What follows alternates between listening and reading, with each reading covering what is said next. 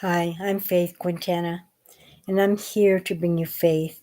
I'm going to be reading from the book of Ephesians in the New Testament, and starting with the verses down, verse 10, chapter 6 reads, "Finally, my brethren, be strong in the Lord and in the power of his might. Put on the whole armor of God, that you may be able to stand against the wiles of the devil. For we wrestle not against flesh and blood, but against principalities, against powers, against the rulers of the darkness of this world, against spiritual wickedness in high places. Therefore, take unto you the whole armor of God, that you may be able to withstand in that evil day. And having done all to stand, stand therefore having your loins girded about with truth, and having on the breastplate of righteousness, and your feet shod with the preparation of the gospel of peace.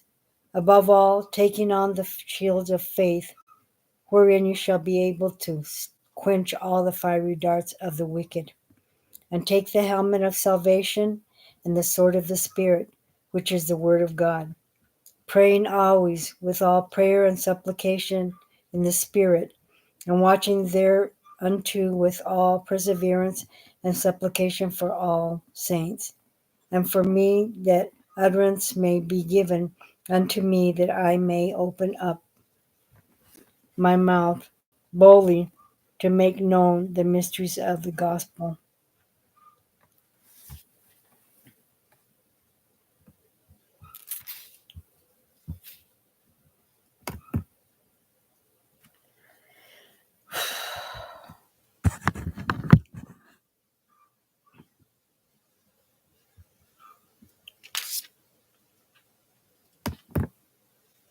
Not too long ago, I was admitted to the hospital. Tests were done on me and found that I had colon cancer. So surgery was set.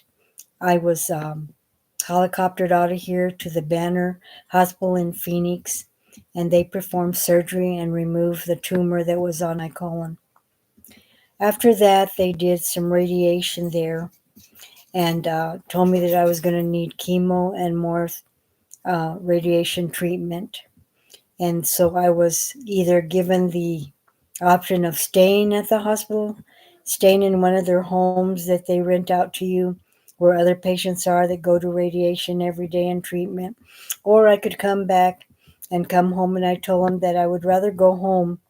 I was close to the hospital in Casa Grande, and so I was set up to go see the cancer center and to see the oncologist. And then also there was a stent put into my um, arteries going to my heart, because I had suffered a couple of heart attacks during this time of treatment.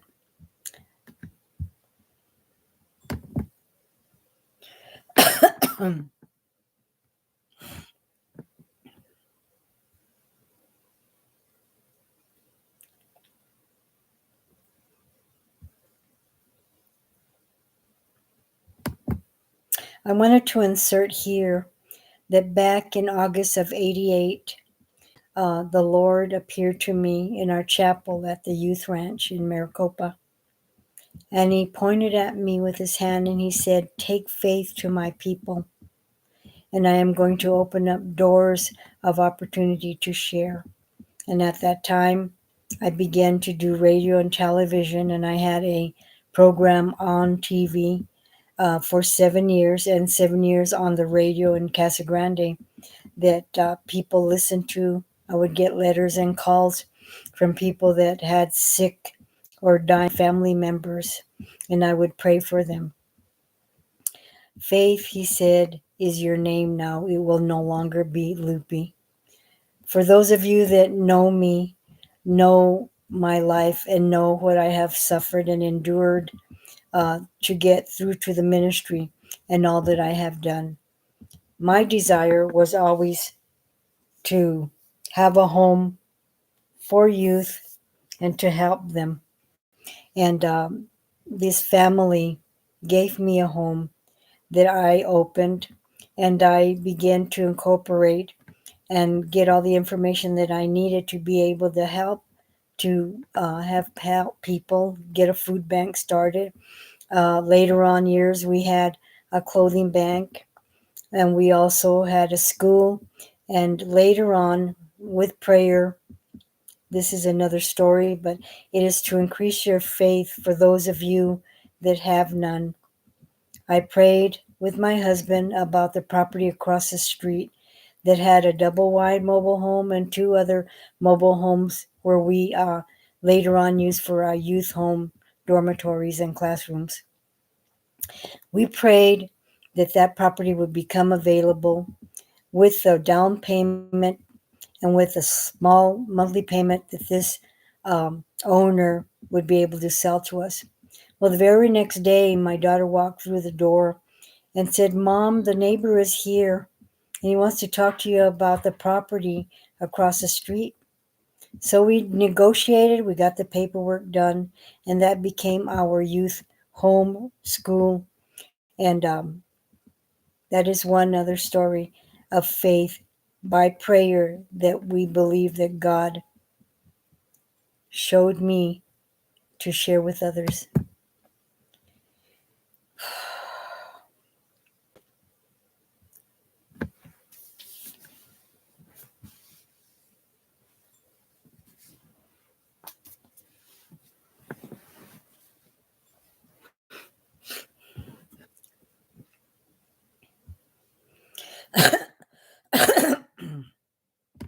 No.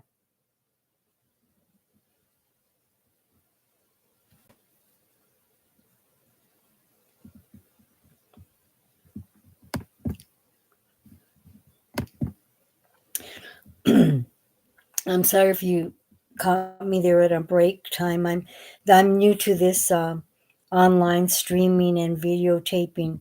It's not the same as being on television where you have cameraman and sound and engineers. So just forgive me. I'll get better as I'm doing this. I have a job to do and I plan to do it to help you to gain faith.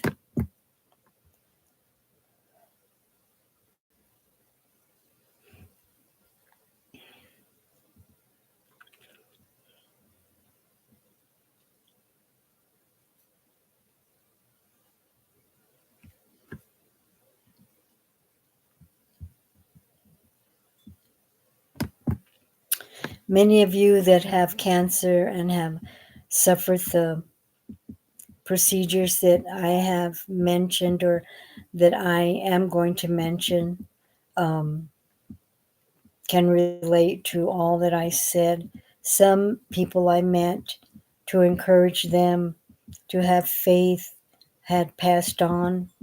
Many were told they would lose their hair, which they did, and I remember seeing them at the cancer center. They wore caps on their head, and they look very feeble and weak, and I can say for myself, before I began my radiation and chemo, I prayed, Lord, I don't want to have no symptoms.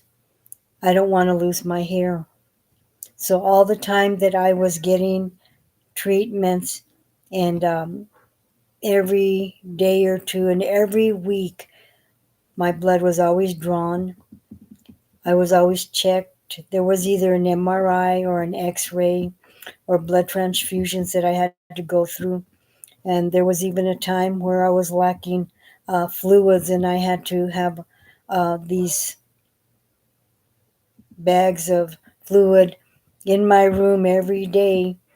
I can't remember how many weeks I had to have fluids put into me, and other different pills were taken from me, given to me for my degenerative heart disease, so that the water that was lacking wasn't taken away, and then the water that was being put in me for the fluid, uh, I had to have a nurse come in and show me and my son how to put that into a drip, how much to put, and every morning it had to be put on. And there was certain way that we had to do that, which is very painstaking because I also had had an operation for a colostomy bag. And that is so, it was so hard with this stand that held up the liquids. I had to, rush to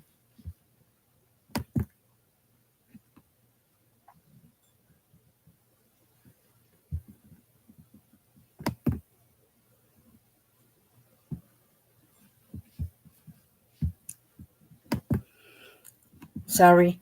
Um, this went on for weeks on end, and I had to have a couple of operations. One to reverse the colostomy, which was a relief, but it took time to be able to go on my own to the bathroom. They never told me what I would be suffering, what I would endure, and now it's quite painstaking to go on my own, and it's not like a normal person because there is no contraction to help me to stop or tell me when to go, and I'm trying to adjust to that. I've had to be wearing these pads so that I will be able to hold myself whenever I'm out. I can't really get out in public because I can't restrain myself, which is part of what they never told me was going to take place.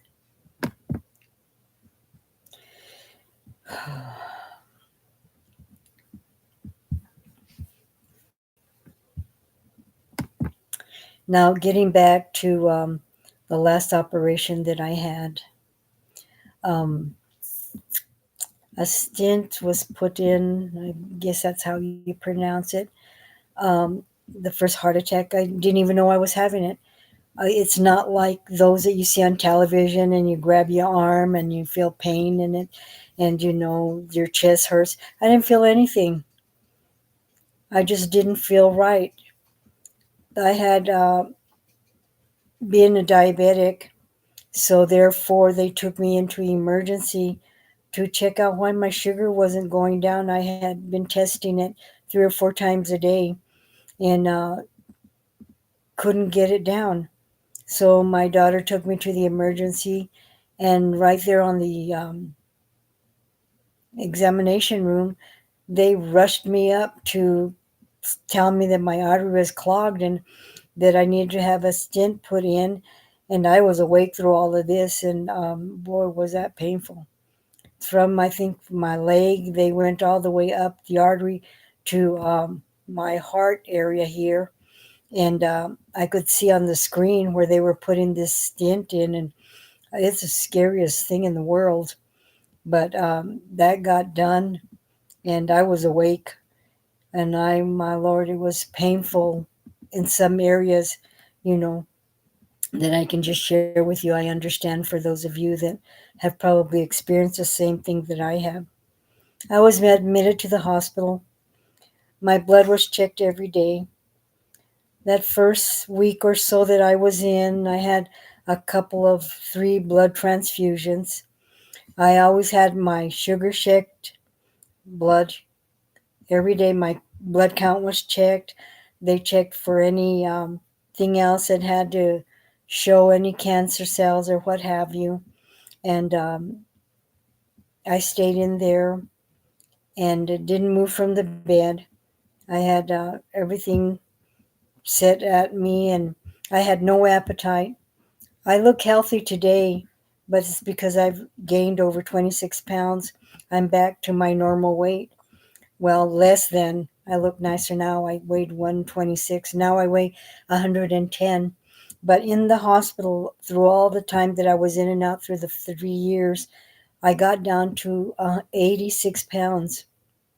I look like death rolled over. I couldn't even look at myself in the mirror, but I've ever since I was a very young girl, I've always put my makeup on. And even to this day, I still put on my makeup, and I always dress up nice, and I fix my hair.